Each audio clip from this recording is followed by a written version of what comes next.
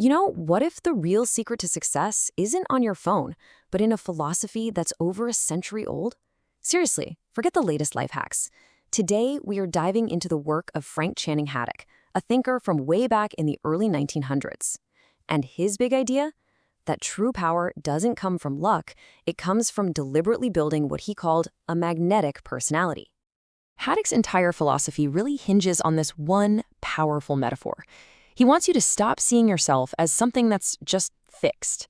Instead, picture yourself as a grand building project. You are the architect, you're the builder, and your one goal is to construct the most magnificent version of yourself possible, stone by stone. So, okay, what's the point of all this construction work? Well, the payoff is something Haddock called personal magnetism. And here's his big promise. This is not some kind of superpower you have to be born with. Nope. It's a practical skill, a force that you can actually build with focused effort. Now, Haddock was super clear about this. This whole success magnetism thing, it isn't about weird mystical tricks. He saw it as a totally practical tool for the real world. It's a way to channel your inner strength to get actual results, whether that's in your job or your personal life. It's all about being more effective, not more mystical. Every great building needs a blueprint, right? And Haddock, well, he provides one for building the self. He imagined our personality as a very specific, very powerful structure. So let's take a look at the architectural plans he drew up. He called it the Great Pyramidal I Am. Yeah, it's a bit of a mouthful, I know, but the idea is that your complete self is like a pyramid with 4 distinct sides. And here's the catch. To get to the very top, that single point of unified personal power, you can't just work on one side. You have to develop all 4 of them equally. Okay, what's so cool about this slide is how this structure actually builds on itself. You start with the absolute bedrock, Pyramid I, physical health. We're talking the basics like sleep and food. From that foundation, you build up to Pyramid 2, physical magnetism, things like your willpower and your energy. Then you move inside to the inner world with Pyramid 3, moral health, peace, courage, love. And all of that, together, supports the final structure you show the world, Pyramid 4, personal magnetism, built on confidence and alertness. See? They all depend on each other. You can't skip a step. All right, so we've got our blueprint. But what about the engineering principles, the physics of it all? Well, Haddock laid out a series of what he called higher magnetic laws that govern how this whole self-construction project actually works. This first law is completely the opposite of our modern obsession with comfort. Haddock's point is that an easy life makes you weak. I mean, think about it like a muscle. It only gets stronger when it faces resistance, right?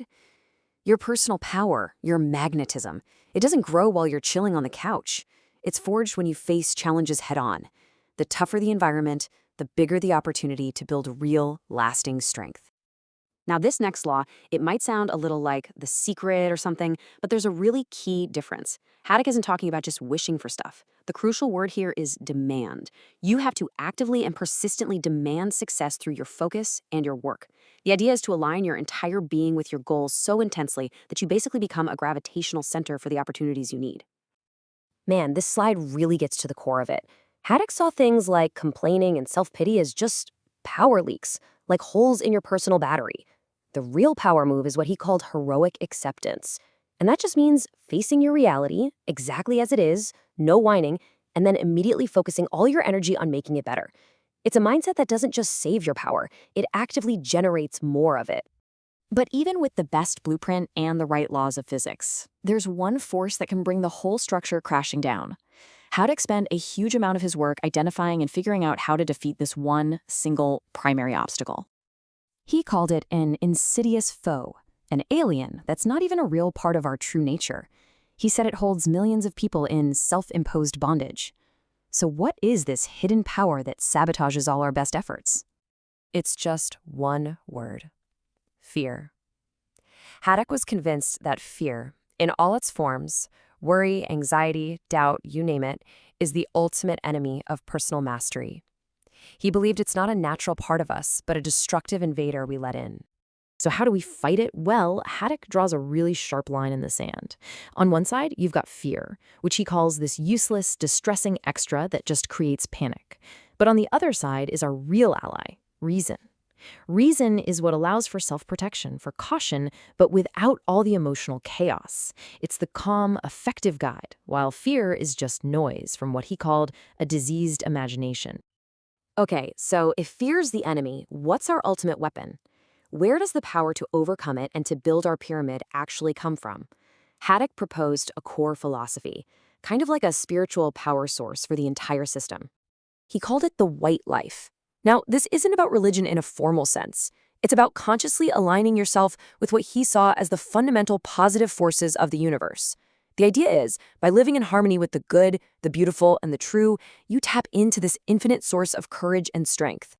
And to live this life, he gave some really practical daily exercises. The first part was a routine of denials. This is an active thing. You're mentally rejecting negative states. You don't just ignore them. You have to consciously and forcefully deny that they have any power over you or any place in your reality. And here's the other side of that coin, the affirmations. So after you've kicked out the negative, you have to actively claim the positive. You affirm health, you affirm courage, abundance, and personal power as your birthright. It's a simple two-step process. Push out the bad and then pull in the good.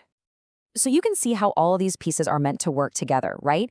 You use the four-sided blueprint to guide your growth. You apply the laws of power to direct your energy. You conquer fear with reason. And you fuel the entire project by living the white life. The end result isn't just a better personality, it's a coherent, powerful force for achieving whatever you set your mind to. And all of this leaves us with a final thought. In our world, we are obsessed with quick fixes and little tricks for productivity.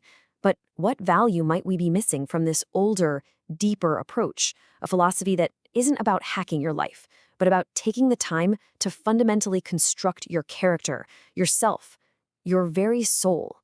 Something to think about.